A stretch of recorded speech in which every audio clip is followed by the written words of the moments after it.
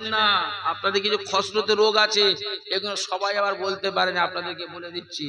হ্যাঁ, মসজিদে এসে ঘড়ির ব্যাটারি নেই, ওই ব্যাটারিটা 5 টাকা তো কিনে এসে লাগাতে পারে। এই ঘড়িটা চলে না কেন? ঘড়ির 2 সেকেন্ড এই দিক কেন? এই ইমাম সাহেব দেখতে পাইনি, এই যা ঝাড় দেওয়া হয়নি কেন? মানে এইগুলো মানে কি খসলতে ব্যারাম, আর আদাসন অন্য কিছু নয়। আল্লাহর ঘরে আসবো, জবান বন্ধ রেখে ইবাদত বান্দিগি করব, চলে যাব, ওই নামাজ কবুল হবে। আদাস যার ভিতরে ওই আলোচনা থাকবে তার নামাজ কবুল হবে না। আমি মাকসুদুর রহমান ফতোয়া দিয়ে দিচ্ছি।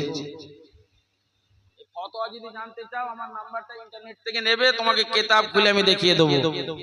কত বুঝতে পেরেছো?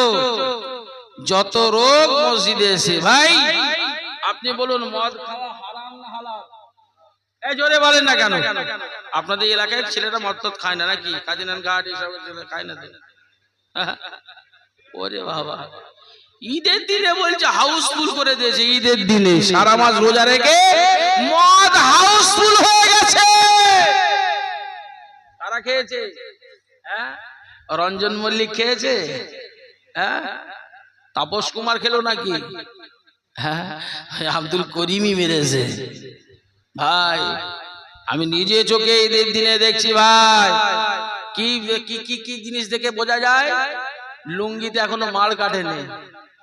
ঈদের দিনে যে লুঙ্গিটা পরে, ওই লুঙ্গিটা মার কাটেনি, মানে নতুন লুঙ্গি পরে আছে, গায়ে পাঞ্জাবি, মদের দোকানে যে লাইন দিয়ে আছে। আর একটা জিনিস বোঝা যায়, হাতে দেখবেন 2-3টে আঙ্গুলে মেহেন্দি দিয়ে আছে। আর একটা জিনিস বোঝা যায়, কানে তুলো দিয়ে আছে। ওটা কি আতর? তো ওই গুজে দাঁড়িয়ে আছে ভাই। অনেকজন কসম খোদার বলছি ভাই, অনেকজন হাত জোড় করে বলে যায়, হাত ধরে না, অনেকবার বলেছে আলেমরা, আমি তোদের পা ধরে যে জায়গায় ধরলে তোমরা খুশি হবে সেই জায়গায় ধরে বলছি, কোরবানির গোশত নিয়ে যেন চাট করবি না।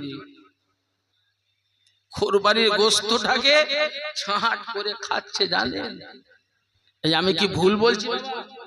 হকিকতে আপনি খোঁজ নিয়ে দেখবেন, প্রত্যেকটা এলাকায় হয় এরকম, ওই চাট করে খাচ্ছে। আপনি বলুন কোরবানির গোশত খাওয়া যাবে ওরম ভাবে? হ্যাঁ, খাওয়া তো হারাম ভাই। মাতাল মদ খেয়েছে সেটাও হারাম।